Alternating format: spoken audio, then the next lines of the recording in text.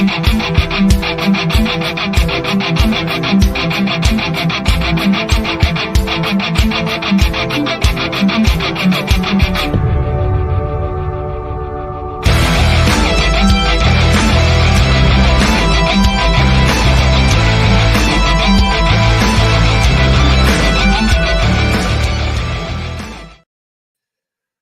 hello there, all you freaks. What is up? How's everyone doing tonight? Good. How are you? Hey, I am hey. doing good. Hey, Rhonda, Sarah.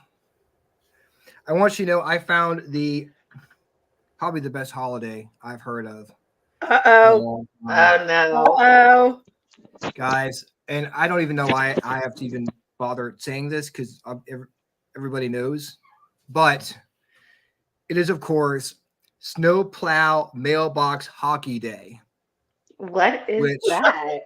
I don't have to tell you Snowplow guys. mailbox hockey. Snowplow Mailbox Hockey Day, which, of course, is January 23rd. That's just, on everybody's list. I don't even know what that is. I saw that. He said, I don't even know what it is. I don't even know what it is. I can't even like think of like how to describe what that is would even be. I was like, I saw it is National Measure Your Feet Day too, which again, for all you people who love to measure your feet, which of course who Measure doesn't? your feet. I mean, there are people out there that like feet. I mean, So there are some strange people that who like to I do shit like mean, that. So Who get their I'm trying to like break it down. So you're driving a snowplow, playing mailbox hockey. I don't even know. Which there's probably somebody in like Canada who was like, "Holy, this is like the best holiday ever." They're taking shots of maple somebody's syrup probably- and playing snowplow mailbox hockey. what? If I'm you guys so can, confused. it is a very confusing I mean, holiday, hockey is but there kind are of people who confusing celebrate anyway, it. so you know. We love our freaks who celebrate. I gotta look at it to remember what a snowplow mailbox hockey day. What is For all that? you, I So is that mean, just a snowplow takes the mailbox out? I guess, and then if the Maybe. mailbox ends up in the goal, they score. Where's the hockey 10 come points? from? I don't understand what That's the why I don't hockey get the comes hockey from. either. 'Cause That's to me, just with like hockey, you've got to have a stick. it's when snowplows take out mailboxes. It happens a lot up here.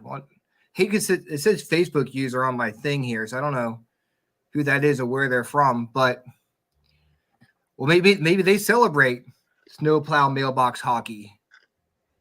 And if that's the case, it's your day. And if you like to measure your feet, it's your day too. So go out there, You measure celebrate. your feet while you're doing it. Okay, it's CR. All right. Yeah, don't measure your feet while you're driving a snowplow. That's probably Maybe not that's the reason why they're taking out all those mailboxes because they're busy the measuring their feet. pay attention to the road. Don't worry about your feet. See, that's what All right. I was thinking because I was thinking hockey, you have some sort of stick. So, but shouldn't you Yeah. keep both hands on the wheel if you're driving the snowplow? I guess maybe the Life maybe take out the more than a mailbox. maybe the mailbox is the stick. maybe. We're gonna spend an hour talking about snowplow mailbox hockey. All your fault, Ryan. All your fault. Hey, we take deep dives here in the Freaking Awesome Paranormal Show. We've got Holly in the queue here, but I do want to talk to you about something real quick. There is a lady named Crystal. She had a house fire recently, and she lost everything. She even lost her 2 kittens in the house fire.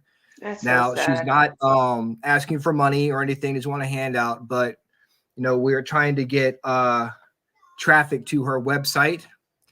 Or if you go to Energy Ripple on Facebook, you can she'll have it, like she has a link on there, and just go click on it, give her a like, and if you can get something, that's great, but just make sure she knows that there are people out there who want to support her. Yeah. So that would be incredible if you guys could do that. If you could take time off for measuring your feet, just go over there, click on, put energy ripple into the Facebook thing, and then you go back and playing. Again, I have to look at it. Snowplow mailbox. It's like a tongue twister. That is Whenever I very say it, I'm like, great. I've got energy ripple. There you go, Dana. I've got to like slow myself down because it's like I'm afraid I'm gonna mess up the wonderful holiday known as Snowplow Mailbox Hockey Day. So tonight we're talking about spiritual awakenings. I'm not sure where Amanda is, but she's got kids and dogs and stuff, so hopefully she'll be joining us. So introduce my co-hosts here. First, Sarah Hall Hayes, the co-host with the most and investigator with Pongo Paranormal. We've got Ron. I wrote this stuff down. I'm being professional here. Okay, I am just. New year, new Ryan. I am, but I mean, obviously, on Snowplow Mailbox Hockey Day, it's hard. It's easy to get distracted by all the holiday spirit all around me right now. So I need to stay one track mind. Rhonda Harris Dowdy is the co-host of the Orion Effect podcast every Sunday night on the Rift Radio Network, and she is a member of Fredericksburg Paranormal Research and Investigators, also known as Investigations. Sorry, I set up. Don't shoot me. You messed it up.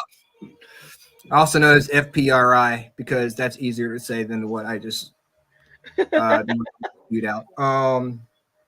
So thank you guys for joining us tonight. I appreciate it. Yeah, Absolutely. And of course, we've got hostess of the Orion Effect. Howie corrected me there. Again, look, Howie, I'm sorry. It is Measure Your Feet Day, and I got distracted. You know how it is on holidays. You can't lose your track, use your train of thought. That's what happened. It's too many measuring people's feet. There Which obviously, I got some weird looks. So I started taking my tape measure out and measuring people. we go. I'm like, where's your holiday spirit? But and of course, in the queue, we've got Holly Mullins, an intuitive healer and co-founder of Appalachian Spiritual Retreats, and of course, co-founder of the Vibe Radio Network and former hostess. And Sarah Hall is a hostess now, hostess of the Freaking Awesome Paranormal Show. Let's bring her on, folks. Welcome.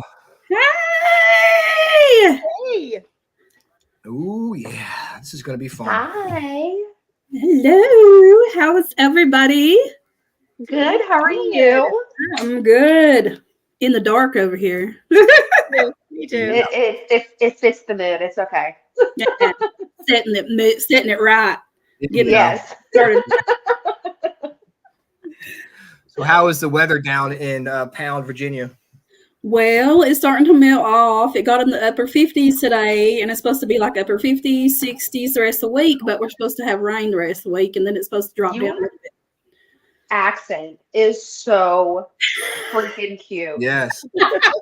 Oh my God. I could listen to you all day long. Thank you. Thank you. It's natural. That's so cute. Thank you. She could probably sell just about anything to anybody. Seriously. Man, I wish I had like a southern drawl. I wish I had something other than. Oh, honey, nobody could understand you. I've been all over the United States, and I ask for a Sprite every time, and they look at me like I'm asking for something. I don't know what they think I'm asking for. That ain't the only word, though. I'm just like, it's cornbread, honey. That's it.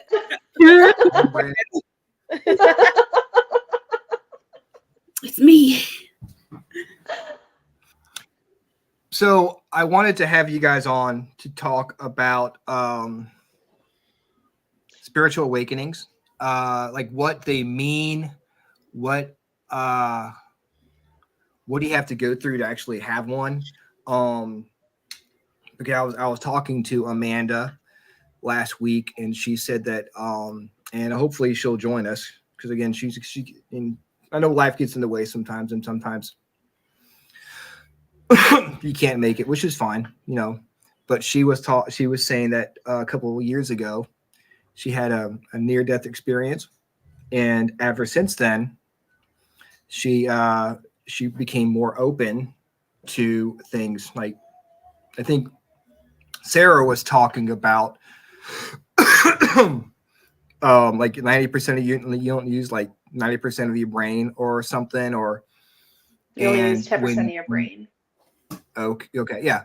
And when you have these experiences, it's almost like a reset, and the part of your brain you don't use gets opened up. So can you explain what you were saying to me earlier, Sarah? Yeah, I can. So, I'm a paramedic and I also am in nursing school, so I'm learning a whole bunch of new things. But something that is known across the board is that you only use 10% of your brain. That's it. There is 90% of your brain that we don't know what it does. Scientists don't know what it does. No one knows. And so the theory is behind near-death experiences and having things come from that is that when you die, your brain stays on for an additional 8 minutes. Okay. So that 10% is gone, is like had shut off, but that 90% is still on. Okay. So when you come back to life, that 10% comes back on and it's kind of like reset, but that 90%, some of that 90% is still back on, is still on, and it hasn't gone back off. So that's where like you get these, clairvoyancies, mediums, psychics. You get these people that come back and they're like, oh my God, I'm seeing things, I'm hearing things that I've never seen before. And people just chalk it up to being, okay, well, maybe you have brain damage. It's not brain damage. It's that you've opened up your brain. You've opened up that part of your brain that we don't really use. You know what I mean? So that's pretty much like in a nutshell what people think is happening from these near-death experiences. Now, Holly, did you had an accident when you were younger, right? Did you experience the same thing after you had the accident? When I was about 6 years old, I fell out of the car. I had wanted to sit at the passenger side, and of course, I'm in the like boonies, so it didn't matter if your kids sat at the passenger side with no car seat or anything. You know what I'm saying? So back then, the rules didn't apply, and Dad was going about 40. He hit a curve, and I didn't shut the door good when I got into the car, so I went out. And to me, it's like I flew and slid down. They make fun of me forever for this. I flew out, and then my whole body was it just slid, which was weird to me that I fell out and I slid like I was floating down in. Now I had road rash from my head to my toes. Luckily, I only had to get like 4 stitches in my head. But after that, no, not that I can remember. I did have an experience where a girl had a seizure in the backseat of the car with me and my other friend, and it shook me. I felt like I was out of my body for weeks. After that, I started having experiences with out-of-body experiences. So definitely opened up what I call the crack in the wall, whether it's the NDE, OBE, whatever it is. Most people have something that happens in their life that triggers an awakening and opens the consciousness. Like Sarah was talking about, the brain, it's so unexplored. I talk about this a lot. Our consciousness is it's huge because it's within us and it's within our mind. And so that in itself is very unexplored.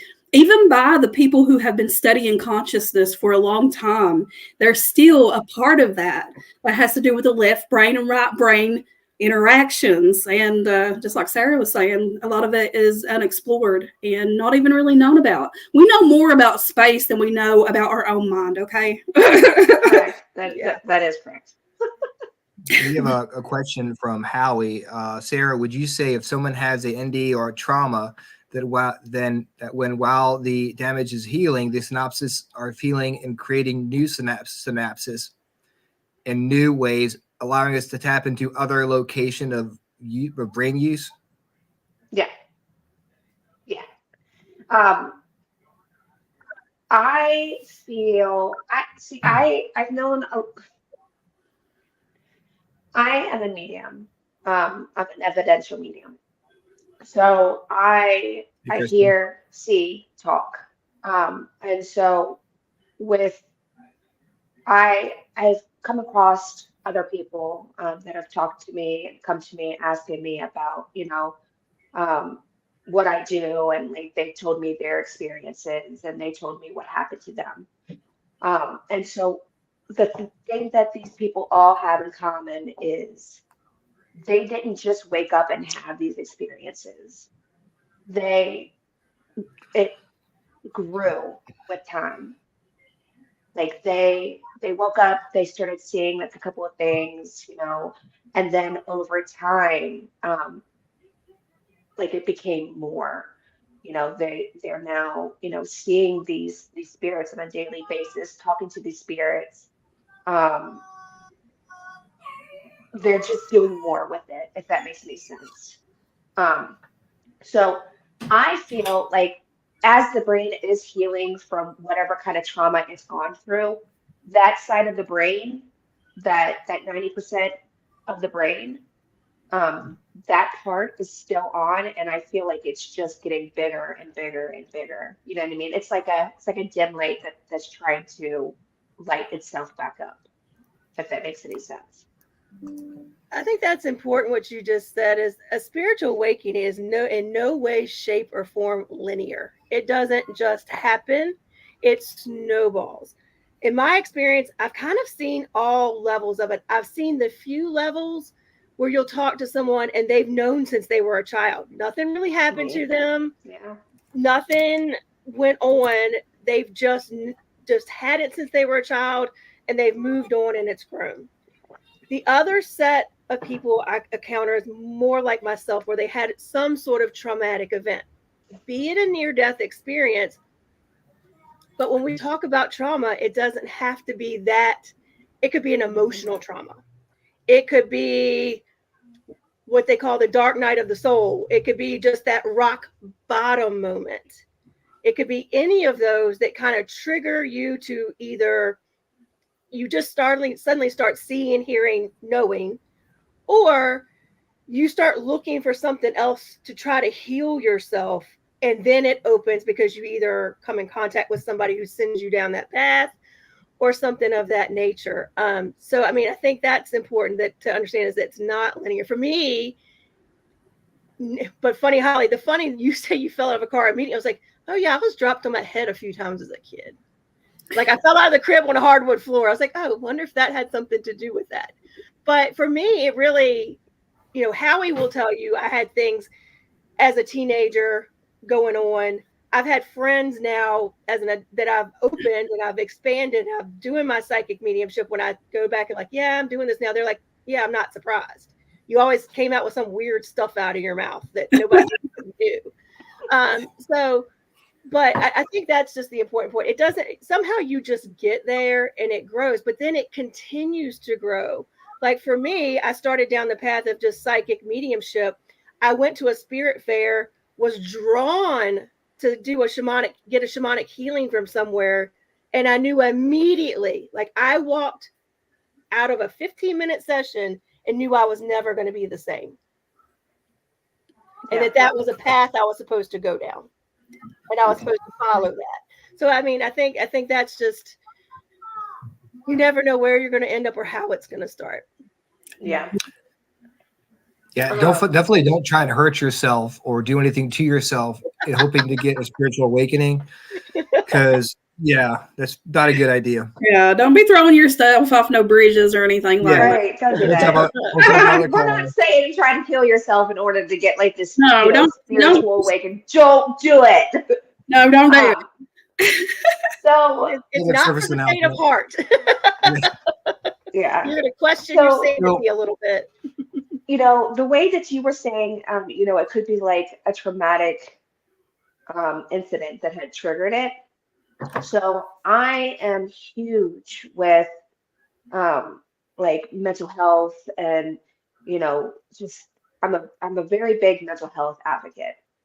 And so I am studying psychology right now.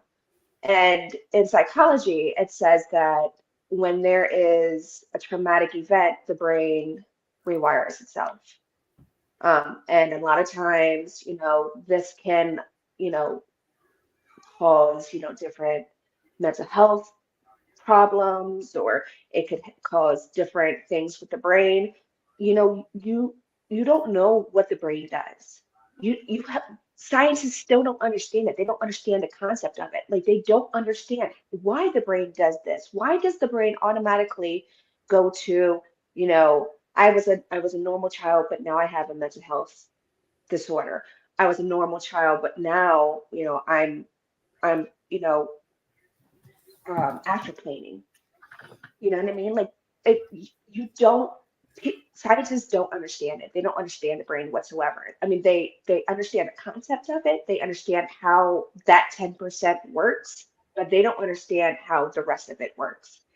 And so when I say something about mental health and something to do with like spiritual awakening. I'm not saying that spiritual awakenings has anything to do with mental health, but I'm saying that, you know, trauma can cause anything and everything to happen in the brain.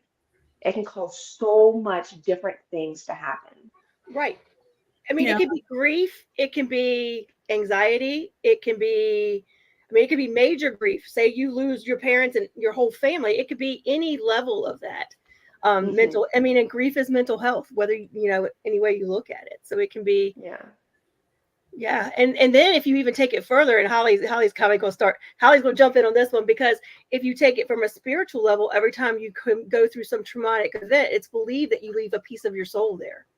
Your piece of your soul detaches, and sometimes you've got to do things to go retrieve that to get yourself back to whole. Absolutely. Hey, Debbie. Yeah, absolutely. So I'm going to start from the top there, because I just trying to take mental notes and kind of go back on it. So in my time of being on my spiritual path, when I started really sitting with myself every day, because your spiritual path is not something that you pick up when you want to, when it looks good or whatever. Hell no, it don't work that way. What I realized about myself is that I had emotional trauma from my childhood. I not only had emotional trauma, I had the physical trauma of those accidents that I had. And then I realized in the moments that I had things happen when I was little, but I never thought that they was experiences. I never thought that I was special. I never thought that, I thought it was happening outside of me. That's the problem here. And this is beautiful that you mentioned mental health, Sarah, because mental health and spirituality, people want upon everything that happens, like hearing voices, hearing ringing, clairaudience, clairvoyance, all the clairs. They want to bind that in together and make people feel like they're crazy. I don't know how many times that I've seen people struggle with their mental health because they have people telling them that this is not real. Now, mind you, I get that there is a fine line there. However, when you have someone coming to you and saying, I've got a good head on my shoulders, mentally, I'm good. Now, trust me, when you're awakening, you question your sanity all the damn time. And you will continue to do that, because we were not taught that this exists. We were not taught that each one of us have this capability. So the mental health coming in is trauma. All mental health leads back to trauma, emotional trauma, generational trauma. We're talking about going back to your parents, your grandparents, their parents, and back all the way back. All right. So we carry all that trauma, and then the trauma of the world, societal trauma. So you're talking about huge right now. in the world, we have the largest amount of mental health and putting people on spectrums based on their what they're struggling with, because our health field has no clue how to deal with it. So Correct. slap the mental health sticker on it. And I've sat with my doctor. He's like, Holly, you're like you're ahead of the game. I said, no shit, Sherlock. He said, we got to get this going. I said, we need to educate people. That's what we're here for. But mainly, we need to remember who the hell we are, because we are spiritual beings. That was taken away from us because they took God outside of us and told us that it wasn't within us. So a spiritual awakening is remembering who the hell you are. And that is going back to your childhood, dealing with your issues, dealing with everything that you've been taught about yourself. You unlearn and relearn who the hell you are. It is not a cakewalk. It is not something that you just prance around and, I'm not, I talk to dead people and, I heal people. No, hell no. It means that you choose yourself. It means that you get yourself out of stagnant friendships, relationships, even with your mother and father. If you have issues with them and they just are no going forward, you have to understand vibrationally, we have to ascend. When you get on the healing and spiritual path, ain't no going back. There's no shut the door and going, I don't want this. Nuh-uh, honey. Nope. You get on that ride and you got it hard. And you have to understand that in this process, you have to heal.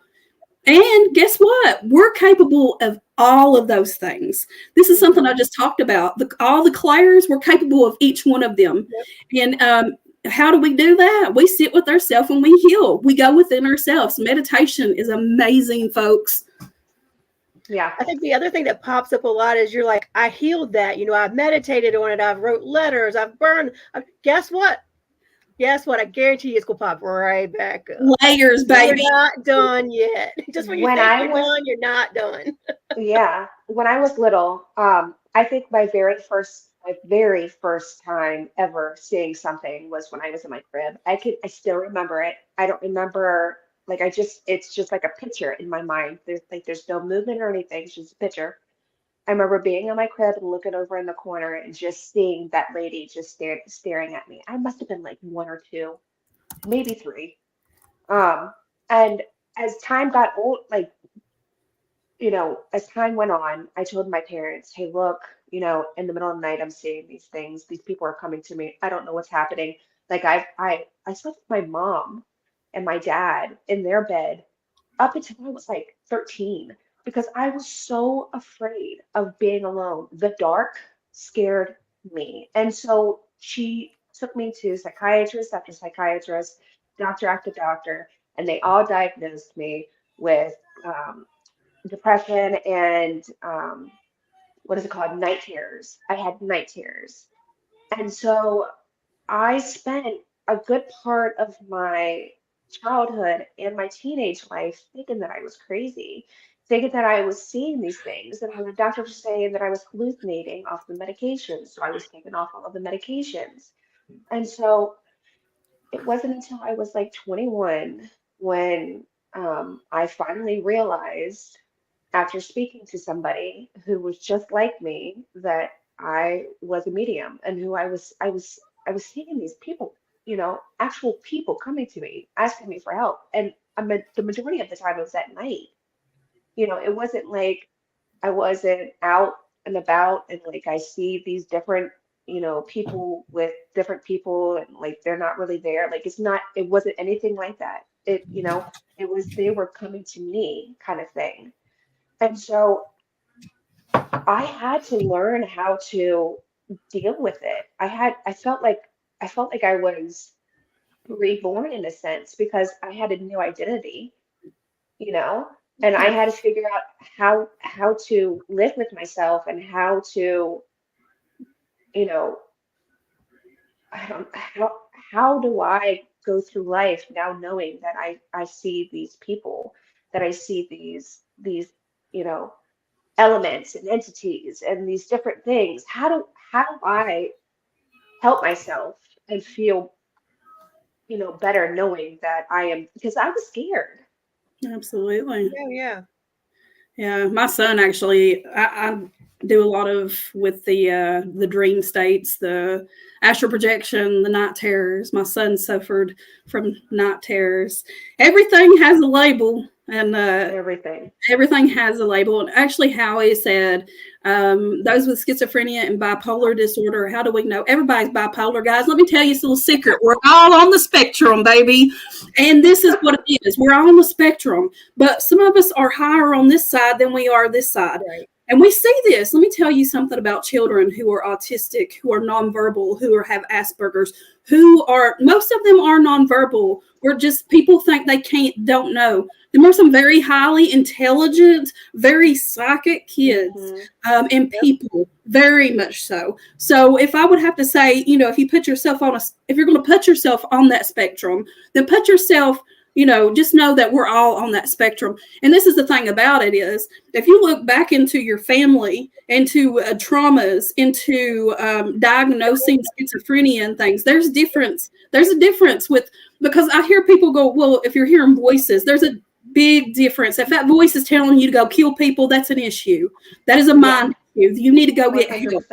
Right. Absolutely. But you know the difference when you are having these communications. You're talking to someone who channels beings, someone who just wakes up in the middle of the night and there's a spirit standing there. You know what I'm saying?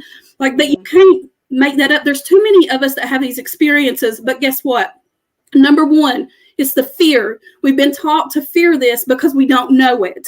And so what do? We're scared of it. We're going to label it and we're going to say, stay away from that. Because not only do we have the medical field there, we have religion in that as well. From the beginning of time, we have been scared of our own powers and people with those powers. And it's not that we're more special than each other. It's just some of us are more awakened than others. We're further along on our path. And what I would like to see in this world is just strip away all the labels, because let me tell you something. Kids with ADHD, I've sat with many kids. I've sat with cerebral palsy patients all over the spectrum. I have been. Spirit has sent me everywhere. And let me tell you, they're no different than anybody else, but you just got to know their language. You got to know how to communicate with them, just like you have to learn how to communicate with yourself. And you know what? Sarah, you're talking about having to relearn yourself. Whenever I started my awakening, I had to forget everything I was ever taught. I had to forget who I was because that's not who I really was. Now, from the time we come into this world, we're a blank canvas. But when we come in, everybody tells us who we're supposed to be, how we're supposed to think. Society tells us that as well. Then you put on there all the traumas. Not everybody was brought up in a family that was, nobody's perfect, okay? Life did not come with a manual. And, parenthood don't come with a manual. So we can sit, bitch and moan and hate our parents all we want. But the truth is, if you sit down and look, I have mother issues. My mother has mother issues. She had mother issues, okay? If we sit and really sit with people who has this knowledge, there's a reason we have awakened, man. We're way showers. We have the ability to tap into this knowledge. Now, I sat with this woman one time, and she was actually diagnosed as schizophrenic. Now, she's in her upper 70s. Now, mind you, when she was a little girl, she told her parents that she was able to communicate with animals. They took her to the psych ward, not just once, but twice. That made me sad, man. That made me really sad, because people are labeled, and they think that they're just that. Oh, you're this. Come on now. I mean, we've done people wrong. We've done people wrong for a long time. Oh, yeah. It's about damn time that we stand up and educate people, because, there's a difference between, and, I'm just passionate about it. It just pisses me off. Yeah, no, I agree. Really, I couldn't tell. I vowed to myself that once I had kids, I was not going to, I wasn't going to dismiss anything that they said when it comes to spirituality. My son, who doesn't believe in any of this, he is very this is not real, and that's not real, and ghosts are not real, and aliens aren't real, and blah, blah, blah, blah. Came up to me over the weekend and goes, "Mom, do you know what a spirit guide is?" And I said, "Yeah, why?" I'm like, it took me back. And I had to message my friend Heaven, my best friend, and I was like, Dallas just asked me what a spirit guide was. And so Dallas goes, my son goes, my spirit guide came to me in bed and he sat down at the foot of my bed and I don't know what he looks like. I just saw him and I heard his voice.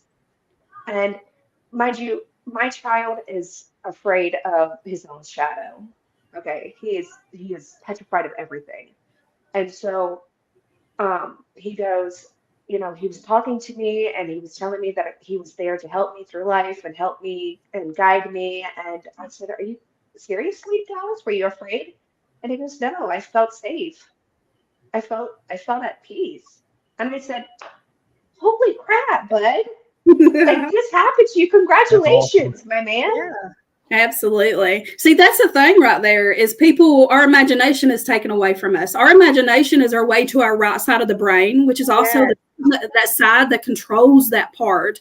And we need our imagination. I don't care if you're adult or not and people think it's childish, it's bullshit. That's how you get to that other part of the brain that nobody can access. I mean, and Yeah. then you have all these experiences. My son, Kanan, he's my middle one, and my younger one had experiences too. I was lucky enough to raise my boys with their spiritual mama. And yes, they made fun of me. I got hell, but Kanan had night terrors. So he would wake up in the middle of the night and he would be screaming. He would be upset. He would be just distraught. He was asleep with me in the bed one night and he woke up and he was sitting in the middle of the bed and he woke me up, of course, mama. And I was looking at him and I was like, okay, don't shake him, don't touch him, don't yell at him. So I was like trying to wake him up just by caning, just a soft voice. And all of a sudden it looked like something was on him or around him. And he took off running through the house and he come to my bedside and he looked at me. His eyes rolled in the back of his head and he smiled at me. And then he lay down beside me, y'all. I said, okay, I got you, spirit. Because at this point I had already had experiences with, out of body stuff, all that. So, but this is my child. I'm Mama Bear. But Yeah. this way, night terrors, when you are in a night terror state, your body is practically being hijacked, y'all. Yeah. You're walking around on another plane of existence is what it is. Yeah. Yeah, my mom had them really that, bad. whatever. But yeah, that's what happened. I know that. It took me a minute and I was scared for him because that's my baby. And I'm like, I just wrote it. He didn't remember it all because he's checked out, man. And with my own experiences with the out of body and how it links into like sleep paralysis, everything else, old hag syndrome, the Hat Man, it's all interaction with parallel universes and planes of existence through that state of being, which is your sleeping state. Because your soul body will always roam when you're sleeping. Your physical body will be asleep. But, with night terrors, it's so interesting because of just watching him and being able to see it from a spiritual perspective and to understand it. But he got to the point, he's very psychic as well, but he don't want to have nothing to do with it. He's anxiety ridden. He struggled with anxiety. So that mental health comes to play in there. But he's very, very, very, very, very empathic. Very empathic. Now, we're all empathic, but like I said, that spectrum, right? So think about this. When people are so sensitive to everything around them, that is someone who is extremely empathic and don't know how to control it. So, let me tell you, when you're doing this for your kids, they might not appreciate it at the time, but when they do go through something, they will come to you and say, Mom, and, it'll be proud mom moment. But they don't always do that. Some of them will shut down and that's okay. You got to let them and just know, they know that mama is open and when they're ready, they will come to you. Yeah. Welcome, Dana, to the chat. Dana? Hello. Hello. Got me in my pajamas. I didn't have a chance to catfish y'all, so you're gonna have to deal with this. Oh, We love it. We love it. I'll tell you what, if you We're go also dressed up over here. really look like on a milk jug, okay? How are you? I'm good. nice and cozy. The heat decided to go out today, so I'm in my big floofy. Oh I call it no. my emotional support floof. It's got a hood. You do look Comes- comfortable, even if Yeah. you're freezing. You look comfortable. I am. It's got a hood. It comes down to like my calves. It's like a straight up floofy moo and I love it. Love a Oh moo. my Nice. god. I need one of Oh, I need to those. get one of those. Look really weird wearing it on the show, but I might need to get one. Jinx, Oh my God, I Ryan, was you gonna owe get me a one for my Coke. husband. I was like, these are at Walmart, and I think you need one. I don't care what you say. Like everyone should have an emotional support floof. Everyone needs one. So we are talking about spiritual awakenings. And you said you can relate. What was your spiritual awakening like? So Or I'm trying to like pinpoint the moment, and I think the actual, because for me it was like a progression. I always like when I hit around 10 or 11, I realized these shimmering silhouettes of people that I seen just walking around. I kind of realized other people didn't see them. And I kind of realized that other people didn't have kids giggling in their room in the middle of the night, which, by the way, in hindsight, Girl, creepy as fuck. And PTSD. I have PTSD from that. I have PTSD as well. And one thing you can't tell the therapist about when you're getting help with that is that, yeah, my house was fucking haunted. And I seen some scary shit. You know what I put my son, when my son went in to go be diagnosed with ADD, I sat down with his therapist and I talked about everything. And she was intrigued because she told me, she said, Holly, she said, you don't know how many children I have coming in here that say stuff that you're telling me about. I'm like, you should pay attention to them and listen to them, man. You know, it's sad how many people have been messed up and just from you know, not being acknowledged. You know, it's not been acknowledged, but that time's changing, that's for sure. I totally agree. Like when I heard Sarah saying earlier about like, you know, going through the mental health system, I was like, I was diagnosed bipolar, major depressive, generalized anxiety disorder, panic disorder, all of these things. And like, you know what? Look at the world we live in. Of course I'm depressed. Right. Of course I have anxiety. I lived in a crazy active house, not to mention I had some circumstances around me. So yes, I do have PTSD, but I am not bipolar. Yeah. Like if I was bipolar, I wouldn't have been able to go 10 years without meds. Right. Like, yeah, see, it kills me because I've sit with so many people who have been diagnosed with certain things. Listen, y'all, I've even Googled stuff for myself. I'm like, nah, it don't sound right. I'm like, shit, nah. There are some doctors out there that have the God complex where they just like will slap a fucking label on anything, and especially 100%. Women are typically diagnosed with the most womanly diagnoses. Major depression, anxiety, bipolar are three of the major mental health diagnoses that we get labeled, which we don't even have. And it's because they just want us to shut the fuck up. Yeah, they That's don't. all. They want to. Our emotions. They do it to guys too. Men, God forbid, they have a really big stigma. I mean, that's a whole different subject about men. But women themselves, our emotions, we get emotional, we're depressed. We're in a bad marriage, we're depressed. You think about that one too. The things that we go back to. Why are you depressed? Doctor should be asking you what's going on in your life to make you depressed. Is it your shitty marriage? Is it because someone is abusing you mentally? Is it because you've got a shitty job? Well, let me give you because you're seeing shit that you don't heal and deal. The truth is, you move on from shit and heal from it. You don't want to keep going to a job that's keeping you depressed, oppressed. Come on, people. You know, there's a huge difference between situational depression, situational anxiety, and like clinical, where it is an issue with your brain chemistry. And I feel like sometimes they don't want to dig deep enough to see, is it situational? Because a lot of times like the meds and stuff won't work. And then even with the therapies, like I myself, like when I realized that the PTSD was more of the issue, and I actually have complex PTSD, that I've lived a life. So we'll just leave it at that. But when I realized it was the complex PTSD that was at issue, like why are people being looked at for this? Complex CPSD, it mimics bipolar, it mimics borderline, it mimics ADHD, and it also mimics like autism. Like people with complex PTSD, they actually stim. Yeah. Just and a lot of people don't realize this. So it's like, oh yeah, you went through this horrible thing, or you had a rough childhood or whatever, but you're this. And it's like, no, maybe I'm just traumatized. Exactly. Yeah. And we Yeah. live in a traumatic freaking world. So when do we ever get a chance?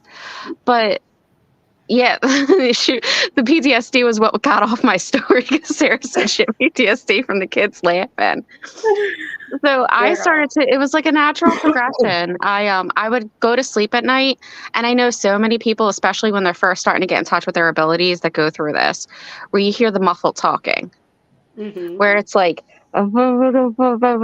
data, and just like that, you can hear it, but you can't like make out the words very clearly. It's like a party's going on in the other room. Heaven is doing, yeah. And you hear that all the time when you're falling asleep. And then all of a sudden you hear someone call your name. So it would be like, Dana. And I would just jump up. I've What had the that hell is so going on many here? times. And so it So many started like times. that. And then like dreams, premonitions, things like that. But I got through a stressful point in my life, like into my my late teens and into my early 20s, where for survival purposes, I had to block out most of it. Like I was still an empath. I could still like took on other people's feelings and stuff and didn't realize it and made them my own, which stressed me out even more and made me more bipolar. But when I guess I was around like 25 or so, I started I'd been practicing off and on Wicca for years, and I started to reconnect with my practice a little bit. And I was living, like, me and my husband were engaged and living in our own place, and there was so much activity. And I started to notice things, and it started ramping up, and I started seeing a man at the foot of my bed. And then one day, I'd probably say I was about 27, 28. The townhouse we lived in, you would see shadows, and I would see shimmering silhouettes, and there was a phantom smell that followed me into the apartment we moved into in the same complex. And it was like I can't describe it, like an old lady like perfume that was very like sickly sweet, like berries. And one day I was walking out of the hallway that leads from the bedroom to the living room, and I got hit with the smell. And then all of a sudden, this woman was standing in front of me, and then I was her. And I saw her life playing through, kind of like a flip book. And I saw her death. And then I heard her say, just tell my kids I'm sorry. Oh. Mm-hmm. And I can still remember everything to this day. I could describe the room that she was laying in, the TV, the couch, the color of the rugs, her house coat and tie shoes. Her hair wasn't even gray. She must have dyed it, or it just never went gray. And it looks like she was like sitting in the chair and just fell over. And I was hysterical. I did not know what to make of it. My husband comes running out because I just started bawling. And the only person I could think to call was my mom, who would even believe me that this had happened. After that, Spirit said, ready or not, here I come. And then they just all started visiting me. That doorway was open. Yeah, like Yeah. she wanted to talk, and she like forced it open. Like, Yeah. and it was crazy. So I have a question. Okay. So when you said that you see beings shimmering, like Mm-hmm. the spirits shimmering, I see them almost like they are, I don't know how to explain it. Like there is a spotlight on them and they are just glowing, especially at night. If it's pitch Mhm. black out, there's a spotlight on them. It looks like they're like almost like you could pick them off of the TV and just put them right in the middle of like a dark room. You know what I mean? Or like Yeah, they're standing in the sun. Is that kind of like how you see them? it depends. Sometimes they're in what I call a Glenda the Good Witch bubble, where it's Okay. like iridescent and like bright. And then sometimes it looks like someone just sprinkled fairy dust on the outline of them and it's like sparkly and like Yeah. shimmering. And then they are a lot of times, depending on the spirit, they're going to be like static to me. They're going to Yeah. come in and out real strong. And then I get the ones who are kind of like what you're describing, that especially when I'm doing a reading or something, um, sometimes I'll actually visually see it. And a lot of times it's in my mind's eye. I'll see a darkness, like a curtain or something.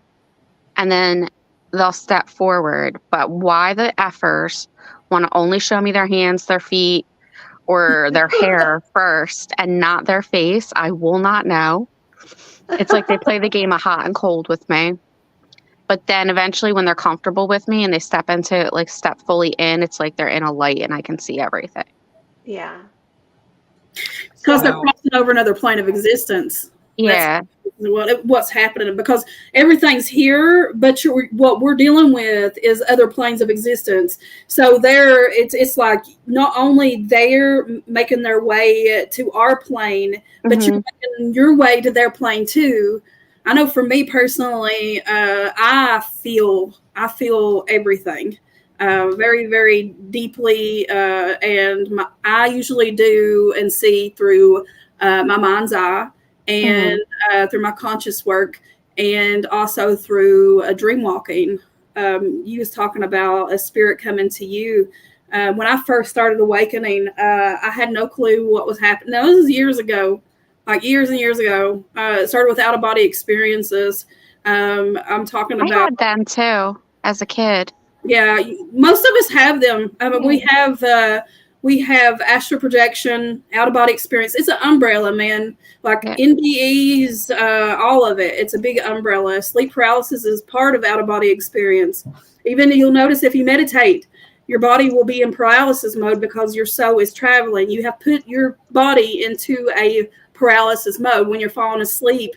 Your Yeah. physical body is asleep. If you ever woke up and you feel like you're being held down, or whatever, it's because you're consciously awake, but you're not. Your physical Yeah. body is still asleep and aware. But I had a spirit come to me one night, and she told me her name, and it freaked me out because it took me like weeks, because this is first on my path. She told me her name was Christina Clark. But let me And back up. that's a common name. Well, it is. And then I knew how to spell it. She showed me how to spell it. But prior to this, I had dreams. I had two dreams, and it was a mall. I had never seen this mall before. It was huge. And then someone mentioned to me, "Are you sure it's not like the Mall of America?" And I'm like, "What the fuck's the Mall of America?" Okay, I'm in the boonies. I don't care about anything else but what's around me. And so I looked it up, and sure enough, hell, it was. So then she come to me. She told me her name. I Googled it, and sure enough, that was a Christina Clark that was murdered by her husband, who happened to be in Minnesota, in the same area that the Mall of America was. I don't know if it was her way of letting me know where she was from and to make sure that I knew. I don't even know why she wanted to make that connection, because I didn't do anything going forward from that, because I have some spirits that want me to do something or give a message for them, but sometimes it's just the acknowledgement of them. Yeah. Yeah, no, that definitely makes sense. I actually had a friend of mine who her grandmother used to come through to me quite often.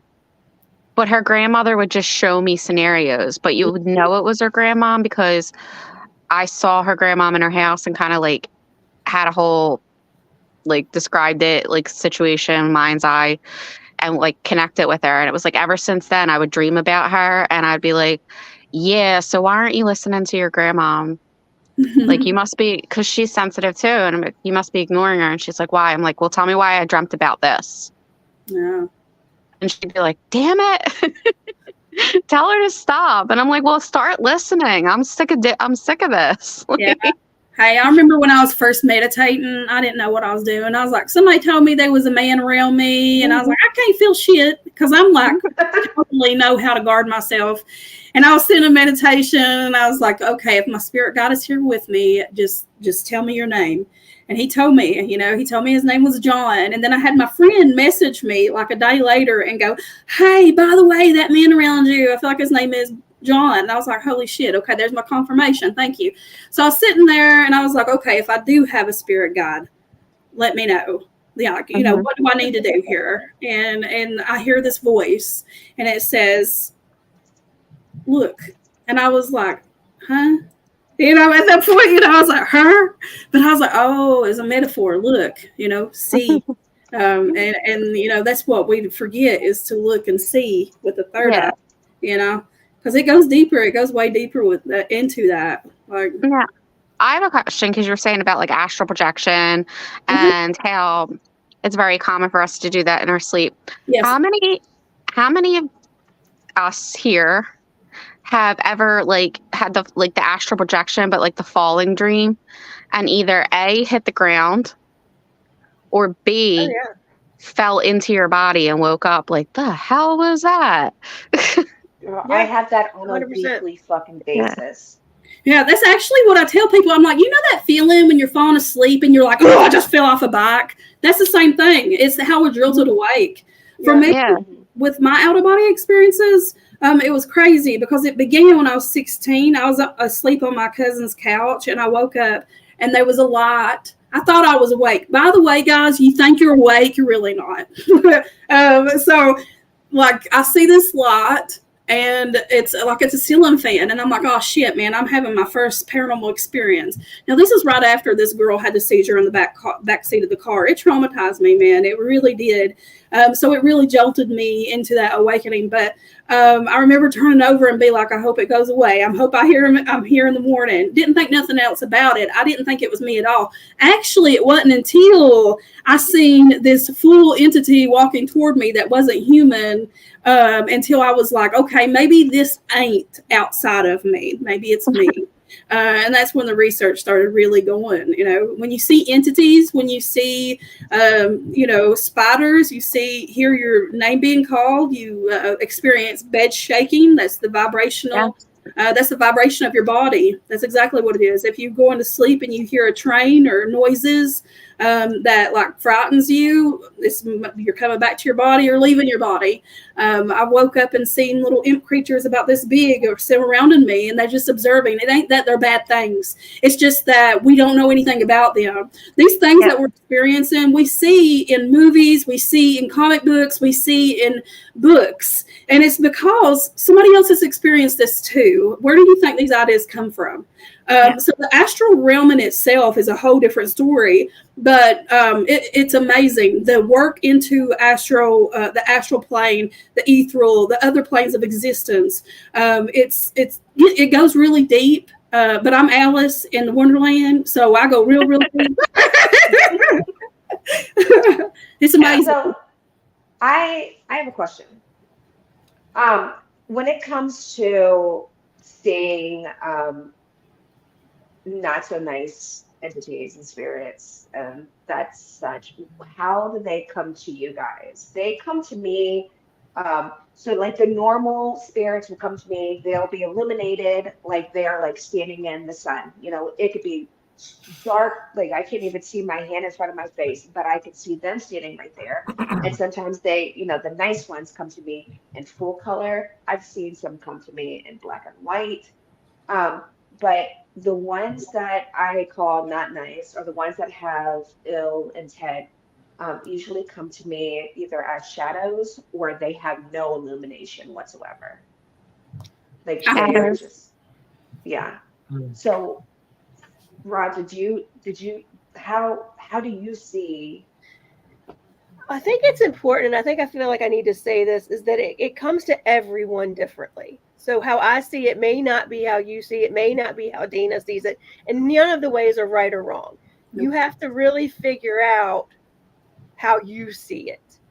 For me, And it may just be because of how I work, especially if I'm dealing with the paranormal. I set very direct intentions of who I want to see. You need to be of love and light. You need to, like, I'll even with paranormal, I need to, if I want to, speak for whoever or whatever is in this, dwelling that wants to talk to me, that has a story to tell. I can even put in there that I choose not to, if possible, have communication from members that are investigating their family member, because I don't want to muddy the waters. So for me, it's a lot with intent. To me, they come to me either way. Yeah. Ill intent or not ill intent, I see them the same way. It's more about the feeling I get when they're around. And I can honestly say most of what I've seen that's negative, outside of things that aren't human, negative to me, seems very, it's very, depends on how you look at it. Because it felt like to me, a lot of what people say is that's ill intent or negative. It's not so much ill intent or negative. It's more so they're either pissed off because people can't see them, hear them, understand them, or it's something in me that's triggering me to feel like they're ill intent. Yes, ma'am. Yes, ma'am. You hit it right there. Because something I figured out really quickly is you could be dealing with the angel energy. That shit is high vibrational. High vibrational. Okay, so think about this. We've got high vibrational entities. We got lower vibrational entities. We got, I'm just going to put it out there, heaven, hell. You got the upper, the lower. It's all the same thing. The negative is lower vibrational. And again, the negative, like Rhonda said, you have to know the difference when you're feeling it. And that's something about energy work.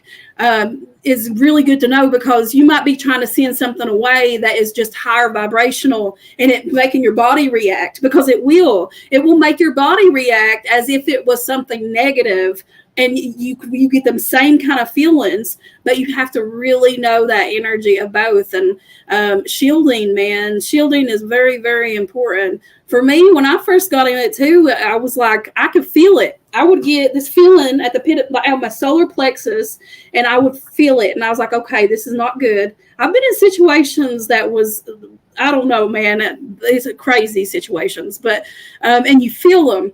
I always tell people, like, Constantine that shit, man. That's what we are. We're high vibrational beings anyway, but it's like Constantine it. All you have to do is push that energy out, but know what you're pushing away. Just, it's scary. It's scary for anybody. So, it takes years to understand and to let go of the fear of what is truly negative. But I've went across negative. I have went toe to toe. I was up in Pennsylvania. They was having a round table. They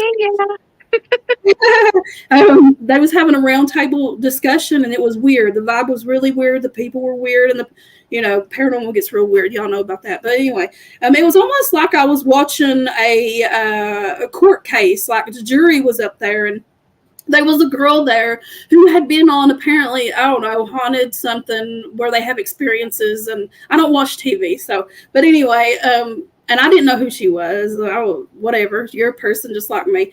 But during the event there, I was sitting across from her, and I was like feeling her. Spirit brought my attention to her, and that's how it happens. You feel it, and you start paying attention to it. She was zoned out, man. She was just like looking straight ahead, and Spirit was telling me, okay, something was about to happen. So the person that was sitting beside her, I kept trying to get their attention. They thought I was bullshitting them, and they started laughing. I'm like, listen, there's something wrong with this girl. And they finally understood there's something wrong with this girl, and she was totally blanked out. You could tell she wasn't there. Now, I have my beliefs on possessions, and again, for me, I don't believe in demonic entities. I believe in negative and positive energies. And she just so happened to have been through, I didn't know this at the time, but she had been through 7 previous exorcisms by the Catholic Church. When they tried to get her up to take her outside, she went down to her knees. She grabbed onto the lady, which was my friend beside her. her arm so hard that she really hurt her. So they ended up slinging the tables. She went to her knees, and everybody ran except for the people you could tell who were the healers. And we were from all little walks of life, and they held her arms. You could just see that her eyes were not her eyes. An entity had attached to her and was able to manipulate her, and she was in the zone. It was this male energy. It was a living person at one time. And my friend said, "Should I call 911?" I looked at her and I said, 911 ain't going to help with this. So I walked up to it, y'all, and just looking at it was my first time experiencing something like this. It's also it's been the last time. It's been a long time since I've experienced it. But I walked right up to it because I knew at that time, spirits got me. You got to go in there with a mindset of, ain't nothing fucking with me, because I am a higher vibrational being, and I'm a higher vibrational, that energy pushing out. Well, we ended up helping her out. She ended up vomiting and everything, like the whole 5 yards, 10 yards, 20 yards, 500 yards. It was crazy experience. And it's something I talk about every so often because I want people to understand. And I've preached about this for a long time. You got to know the difference, because if you're over here talking like this is negative, know that it's something negative before you try to go in and remove something, and know what you're doing, first and foremost. But protect yourself, and shielding is so important. Protection, shielding, and knowing your spirit team and knowing your guys and who they are, and calling on them before you even go in the situation. I think that's why people ask me a lot, am I scared? And I'm like, no, I know my team. They got me. Right. Yeah. Fear. If fear leaves room for negative thoughts and negative entities to affect you. Yeah.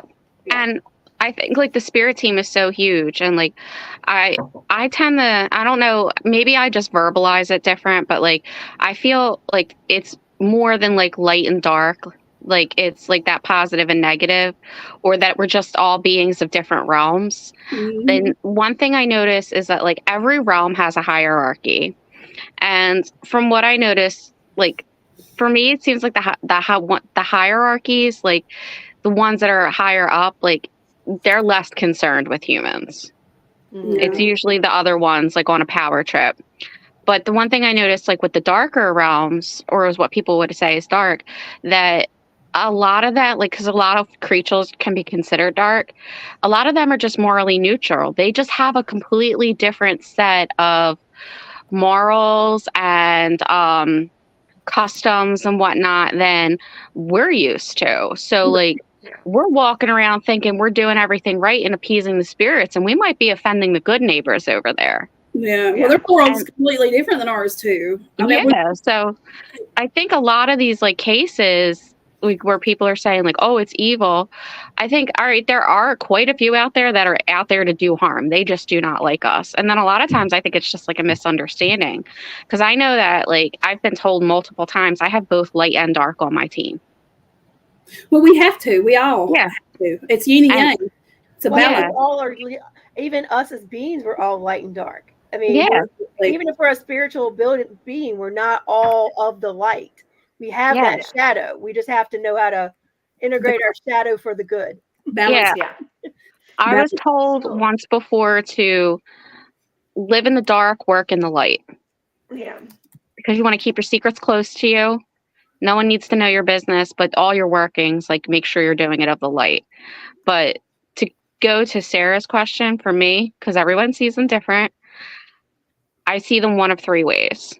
One is just that creepy undulating shadow that changes form and gives you that weird feeling in the pit of your stomach, and you feel like you were wrapped with a wet blanket. Mm-hmm. I will see them as a shadow creature, where very slightly in like sepia grades will some of the creature features come out. Or I see them as very, very off humans. Like 3 fingers, missing a foot. And when I see it missing like a feature, like a lot of times if I see a deceased person who is missing an appendage, like it's very obvious that was like intentional, that happened in life. These are just like you didn't quite finish the painting. Yeah. Yeah. So I came across something like that. Mhm. Probably about, I don't know.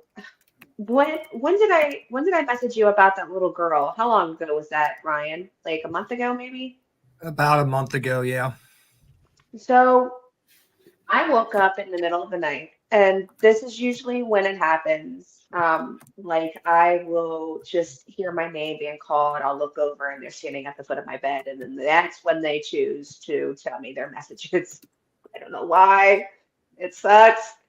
I set boundaries, but some just choose not to fucking care.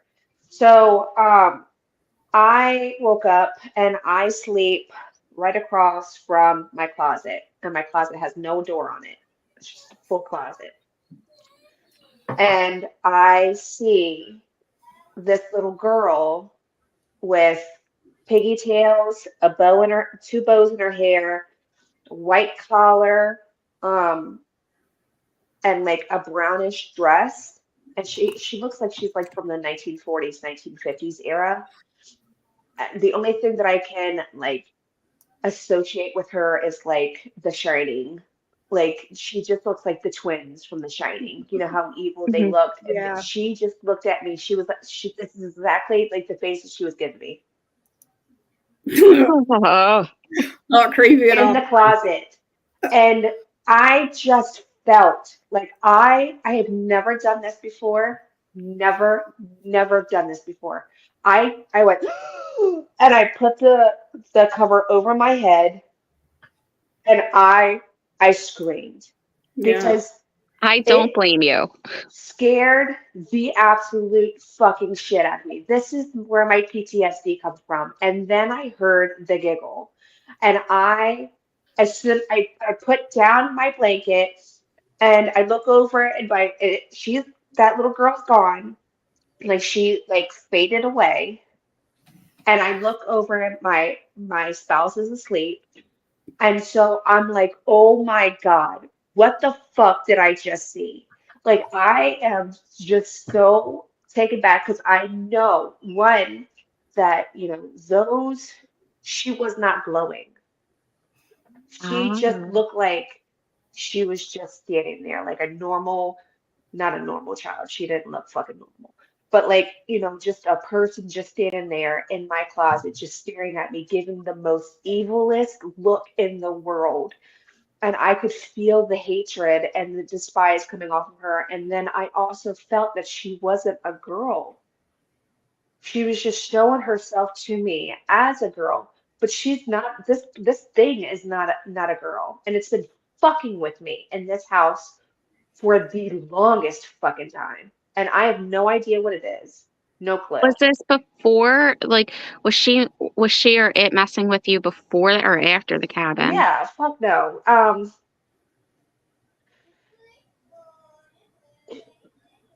Before, but it wasn't nearly as bad as after the cabin, if that makes any sense. No, it does. So, um, I I don't know if I don't know. I don't know if it I don't know. I don't know. I don't know what to call it. I don't know what the fuck it is. All I know is it doesn't fucking like me. My I will say one thing and then I'm done. Um, I had a dog named Bandit who recently passed, and he passed super quickly of cancer. Like he went from being a normal fucking dog to like within days losing crazy amounts of weight and then dying. Okay. Like it was so crazy. And a few days before my dog got sick, we were at the cabin and the ovulus said cancer. And um, I Howie had asked me, does anybody have any association with cancer? I was like, well, I do, because, I have the BRCA1 gene. I could get cancer anytime, kind of thing. I thought that that's what it was, what it meant. I didn't put two and two together until my dog fucking died of cancer. So I don't know if this thing caused my dog to die. I don't know if it was just, it's just been a lot of things happening all at once that like now start to make sense that this is the thing inside of my house that's causing this to happen. If that makes any sense. A whole bunch of really bad coincidences that are no longer coincidences. I am so sorry. So I mean, I had a similar situation in a family member's house, and I seen the being, and it wasn't a little girl in this case, it was a man. But what was weird was that I couldn't see his hands. I could see his brown boots, I could see his hair, I couldn't see his eyes, I couldn't tell you what color his eyes are, and I always know what color their eyes are. And he was pacing, and he was in the house. And in this house, we had now associated with the house and like in like a 20-year span. Like if you were to do 20 years, it was like 6 deaths. But we had in the actual house, 3 years in a row, we had a death. 1 in the front bedroom, 2 in the back bedroom. People associated with the house passed very quickly. So on that side of the family, all of these people lived in the house for more than a year. We had uncle, aunt, cousin, grandfather, 7 people Jesus. pass in like a 4-year time span that were all associated with this house. And I kept telling everybody, purify by fire, bitch. Because I don't even think ripping it down. We need to purify it by fire, because I saw that thing and it was very possessive over my one family member. And then my aunt saw it and passed away shortly after. And it was invited, and I don't know who invited it. It was definitely brought there, and it was there for a very long time before we actually realized something was wrong. When I tell you, you could scrub the windows inside and out, open the blinds and curtains, and the sunlight wouldn't come in. And it wasn't like cold like a lot of other paranormal places. It was hot and oppressive. And no matter how much they cleaned it, it always looked dirty. Jeez. This is the thing too about these locations is like the history of it. Energy is impressionable. Energy leaves impressions behind. So if you have a living human who has oppression, especially through abuse, through trauma, that leaves imprints. A lot of the investigations that I done was residential, and that's what I saw. Very few of them were actually a haunting. It was like imprints. Yeah, it's all imprints. It's crazy. Man, there's so many stories. This particular house, things are residual. I mean, so many things are residual. I think, and Kali, you touched on this. I think anytime you're dealing with the paranormal and you're going any of these, if you have any amount of fear in you about the location, about the place, about the entity there, any amount of fear, do not go there, because it will attach to you, or or you will manifest it. One of the two. It'll mess with you. Yep. I am 100% that person that was super afraid of the cabin, of the rancher. Like once I got there and actually felt the energy coming from the rancher, I started getting petrified, and that thing fucking attached to me like water on rice. Yep. Like it was just, it was horrible. Yeah. It was horrible. Like how many times, Ron, I would be leading seances, and in the middle of our seances, spirit would be like, oh shit, somebody's getting attacked again. And the rancher, and I was like, we'd have to stop in the middle because Ryan would be outside the seance. I'd be like, Ryan, I think this last time we didn't have that issue. But when you very susceptible, like people who struggle with mental health or who are struggling with trauma, but then it causes mental health issues. These are the people that they love preying on those people. When you start with you start oppressing people, you start with depression, then you oppress, then it goes further. And when we get into that, we have a lack of light in us and fight. And that's what people don't understand. This is not something that controls you. You control it. And also, too, what people need to realize is you're dealing with something on another plane of existence. You're the baddie in this case. This is our physical plane of existence. You have control over that. And it's scary as fuck. I know, because one night I woke up and I had all three of my boys in bed with me, and there was a man walking toward me. After I figured this man was not human, by the way. He was on another plane of existence. I didn't know it at the time. He was wearing human clothes. He looked like a goblin. He didn't know I was there. I was petrified. That was the big experience where I was like, wait a minute. This is fucked up. That's the first thing that I've seen so vividly walking toward me. And he didn't even know I was there. I was the ghost in his world. So think about that too. That's so crazy. It's like that movie, The Others, I keep telling people to watch. Yeah. Yes. I think when it comes to like scary experiences, it's weird because in that family member's house, I wasn't afraid for myself at all. And I'm more afraid of people than I am the paranormal. And I've gone into locations where there were like darker or lower vibrational beings that were actually there for the benefit of someone living in the household, where their purpose was to teach an individual to stand up for themselves and to have a backbone and to like stop letting people walk all over them. They had very unorthodox methods of doing it. The poor person was very scared. But when I was like communicating and I was like, oh, okay, so that's why you're here. And then I went and told them, they just started telling it off at night and standing up to people around them, and it backed off. Yeah. But in my other family member's house where I saw the man, I was more terrified for my family members because I felt like that meant they were all going to die. And they did. But the scariest thing that happened to me was I put up strict words in my bedroom. Like, you can't come into my bedroom. It's me. And because this is my time. You can don't bother me when I'm working, and don't bother me in my bedroom. That's all I ask, because I need to make money. And if I don't sleep, I am no good to anybody, living or dead. So you this one did not stay out of my room. You know the classic picture of a hag, bright blue eyes, long white hair, long nails, and then they're either like chubby or gaunt faced. Imagine that coming up to your face, bedside. Yeah. And you're just I like, would shit my pants.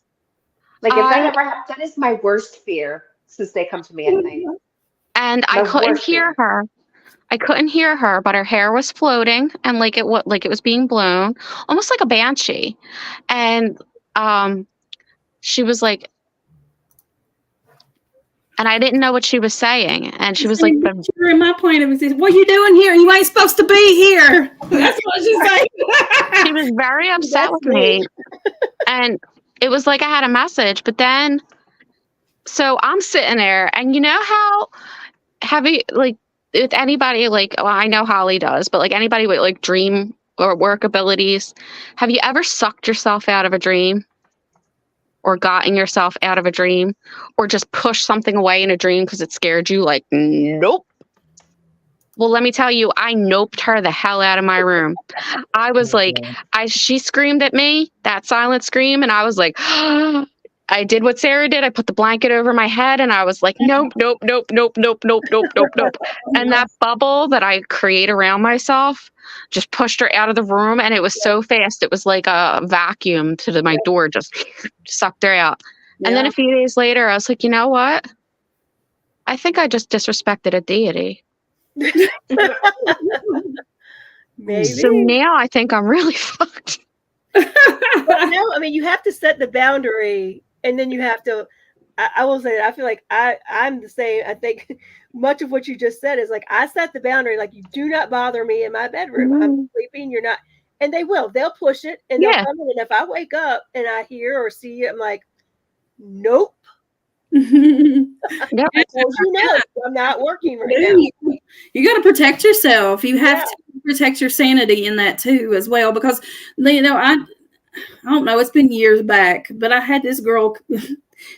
God, actually, it was one of the podcasts we were doing, and she said, "I think Ryan, you might remember this." She said she was a medium, and I said, "Honey," I said, "Do you ground and protect and shield yourself?" And she said, "What's that?" I said, "Okay." I said, I explained it, and I wasn't looking down on her at all. But then she said, "I don't do that. I'm Christian." I said, "Honey, ain't got nothing to do with your religion, baby." I remember that.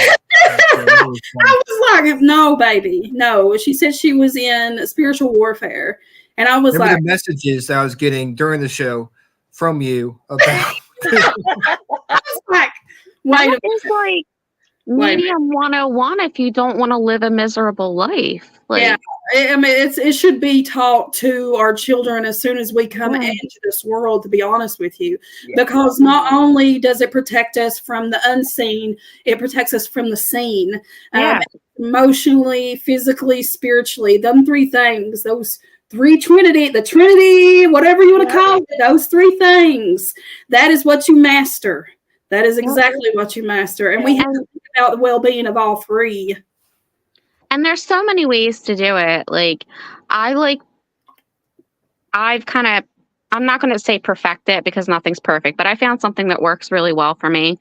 I don't like to close myself off too much, especially if I'm like going to be doing a reading or an investigation, because I still need like that other appendage to be able to feel and like suss stuff out and all of that.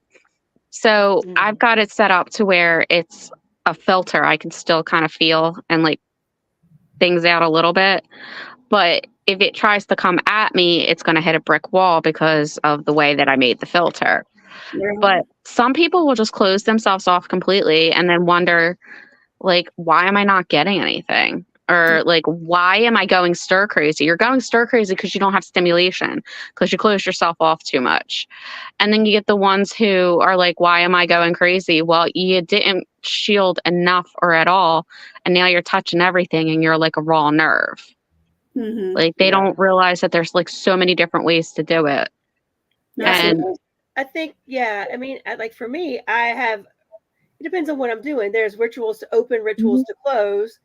Am I open all the time? Yeah, but I have like it's almost like you said, a filter, but there's certain things that I do where I'm like, I'm open for business. Like, I want to be connected. I want to talk to you. And then when I'm leaving and I'm going home, whether it be I'm doing a reading for somebody, or even if I'm doing a healing, if I'm just doing a Reiki or shamanic healing on somebody, I will open up before I start, call in my spirit team, like open my sacred space. And then I close my sacred space when I'm done, from being, whether I'm working healings, to paranormal, to readings, whatever. Let me tell you though, the night that woman screamed in my face, I made my bubble so big and I made it so strong so fast. I don't think my house has ever been more protected than it was in that moment. I cannot blame you. All right, I gotta say something here, because it is 10:27 and I've got to go pick up a prescription for RJ. I could talk about this for another 3 or 4 hours. I think we're going to have another one of these shows, because there is a lot that we can get into. Yeah. And man, we could keep going deeper, but man, we got ain't nobody got time for that right now. Next time I'll make sure to catfish you. You better bring your best game. There we go. I'll even throw on a wig for you. So I want to thank everyone for coming on and talking with us. It was a great discussion, and I'm sorry Amanda couldn't make it. I don't know what happened to her, but hopefully she's okay. And she can go back and listen to the show, and if she has any questions, I'm sure she can reach out to to you guys and Yeah. talk about it because and Holly knows Amanda. Yep. So and she was on the 10-year anniversary show with us, so you guys know who she is. Yeah. But again, I already reached out to her, if so if you- she had any questions, I think bottom line, if you think you're going through the spiritual awakening, find somebody to help you. Somebody who's Yeah. there, Absolutely. Right. beside you. Don't go through it by yourself. Yeah. Don't find do someone to it. talk to, exactly, Yep. because you're not And alone. remember, if you can't find someone will find you. You just have to be willing to talk about the subject with people. Absolutely. Yeah. Yes, especially now. So- Back then it wasn't a thing, but now it is. Back then, you had to go through chat forums and stuff to figure out things. But now we're in the age of we're in a huge awakening, huge awakening. So we're seeing a lot of newbies coming in who need. We are the way showers, man. We're showing people the way, and it's beautiful. Awakening is definitely not for the faint of heart because it means that you have to choose you, and it means you have to get out of your own damn way. Because you get all these nice powers, but let me tell you, you don't know power until you go into the depths of yourself and explore the consciousness. So, And Amen. can I just say F that shadow, because that shadow was always hurting my feelings when I explore it. Like, that is not for the faint of heart. Oh, baby, it ain't. It ain't. Nope. You got to go through hell to get to the other side. Yep. That's true. Yeah, you got to go through the storm to get to the light, guys. Right. Guys, thank you again, You're welcome. Sarah. Thank you, Rhonda. Thank you, Dana. Thank you. We will be back here next week with John Pagano, talk about the history of Henricus. That's my friend. Same freaking awesome time. Same freaking awesome channel. Good night, guys. Have a great night. Bye. Good night. Bye. Bye, guys.